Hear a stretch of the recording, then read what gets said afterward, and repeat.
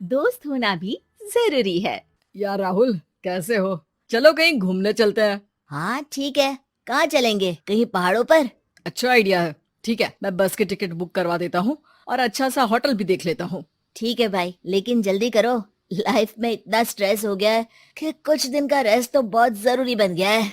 राज का शाम को फोन आता है राहुल के पास। राहुल, मैंने टिकट बुक करवा दिया है। आज शाम की ही बस है। जल्दी से सामान पैक कर लो। ठीक है, सामान तो मैंने पहले ही पैक कर लिया है।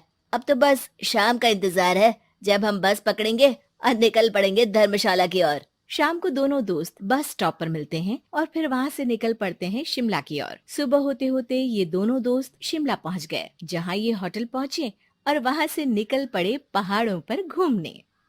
राज, यहाँ पहाड़ों पर कितना सुकून है ना। दूर दूर तक सिर्फ और सिर्फ पहाड़ ही है, और घूमने आए लोग भी यहाँ कितनी मस्ती कर रहे हैं। हाँ भाई, ये तो है। चलो कुछ खा ले।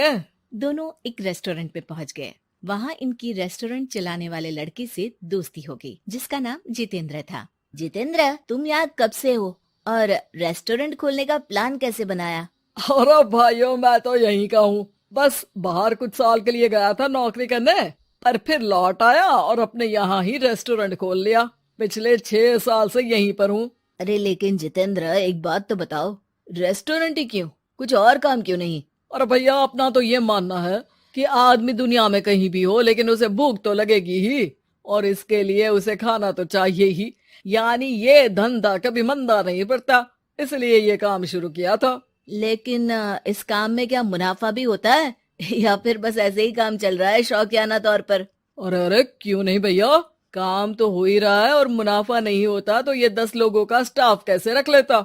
वैसे आप भी क्यों नहीं इस बिजनेस में हाथ आजमाते हो? हाँ, आइडिया तो अच्छा है, लेकिन हम लोग तो सिर्फ यहाँ घूमने आए हैं और हमारे पास इतने पैसे भी नहीं है। और अब पैसों की चिंता क्यों करते हो? सिर्फ 5 लाख रुपए लगाकर भी आप काम शुरू कर सकते हो। अच्छा, वो कैसे?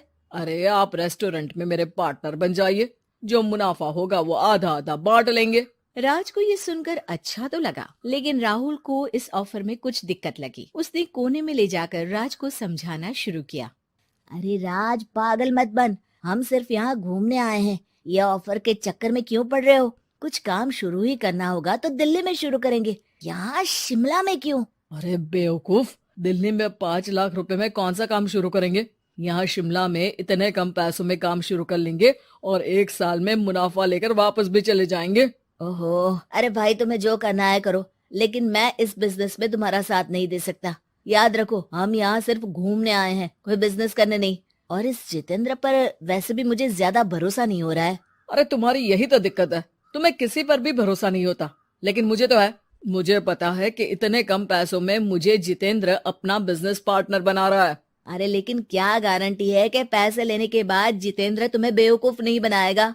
अरे मुझे तो है, मैं कुछ नहीं जानता। मुझे सिर्फ ये पता है कि जितेंद्र मेरे बारे में ज्यादा ना जानते हुए भी मुझ पर कितना भरोसा कर रहा है। मुझे तो लग रहा है कि इसके पीछे उसकी मंशा ठीक नहीं है।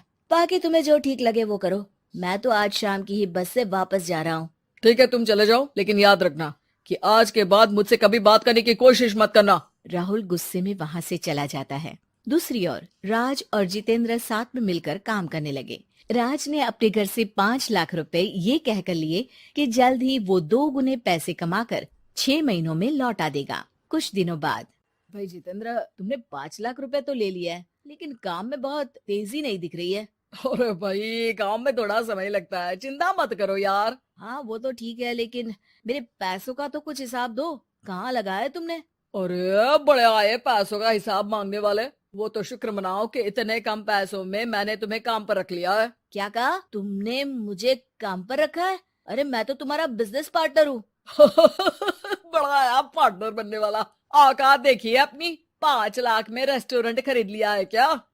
ऐसा है तो मेरे पैसे वापस करो, मुझे तुम्हारे साथ काम नहीं करना है। अरे पैसे कैसे? वो सब तो काम में लग गए।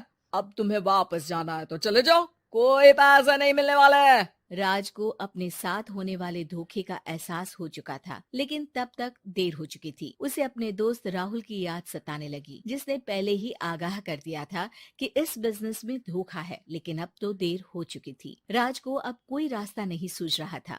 जितेंद्र भाई, मेरे पैसे वापस कर दो ताकि मैं लौट जाऊं। मुझे अब तुम्हारे साथ कोई काम नहीं करना भाई। ये सुनते ही जितेंद्र अपने कुछ साथियों के साथ राज पर टूट पड़ा और उसकी जमकर पिटाई कर दी। राज बेहोश हो चुका था। जब उसने आंख खोली तो उसे अपने सामने पूरा परिवार, पुराना दोस्त राहुल भी दिखा। सभी को देखकर राज की आंख में आंसू आ गए। राहुल, मुझे माफ कर दो। अगर समय रहता मैं तुम्हारी बात मान लेता तो आज शायद ये दिन ना देखना पड़ता। अरे शुक्र मनाओ कि जान बच गई। वो तो भला हो एक आदमी का जिसने मुझे फोन कर दिया था, तभी तुम्हारी जान बच सकी। मुझे माफ कर दे दोस्त, तेरी सलाह ना मानकर मैंने बड़ी भूल की है। अरे अरे भाई, मेरे हाथ मत जोड़ो। बस ध्यान रखना कि अच्छा दोस्त आपको हमेशा अच्छी सलाह देता है, इसलिए दोस्तों की सलाह पर ध्यान देना चाहिए।